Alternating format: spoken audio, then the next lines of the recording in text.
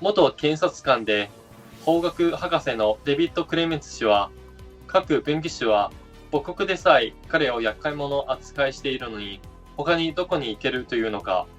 裁判前に条件付きで保釈されなかったのは、彼を黙らせたかったからで、むしろ政治的な迫害に見えると述べました。詳しくは VTR をご覧ください。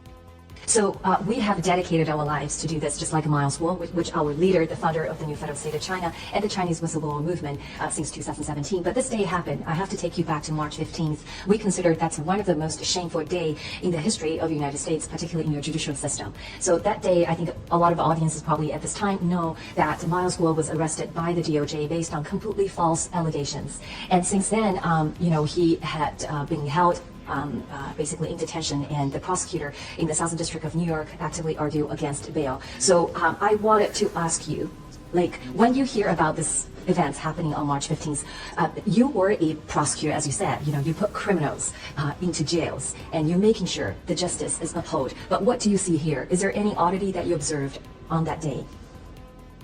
Well, it's certainly a two-tier justice system once again. And the two things that you're looking for as a prosecutor, someone that's supposed to be focusing on justice and whether justice is being served, is whether the person that's accused is a flight risk or a danger.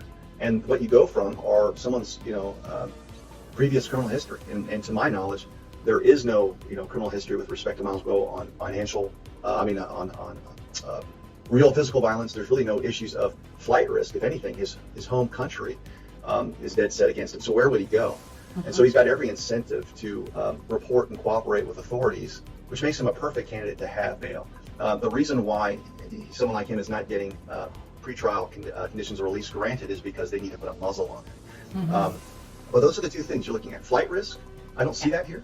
And when you talk about a danger to society or to the community, usually we're looking at crimes of violence. Here we're looking at more of a white-collar accusation, but through a cursory view of Miles's involvement, it looks like he's been above board for the better part of a decade.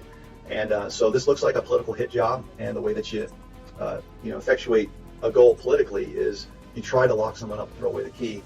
And it's really difficult because the media, if the media is on the side of the truth teller, could do quite a bit to help the situation of Miles Wu. But legacy media has been captured, and it's going to be a difficult problem to solve. So you're basically going to be left with patriot podcasters, second-tier media.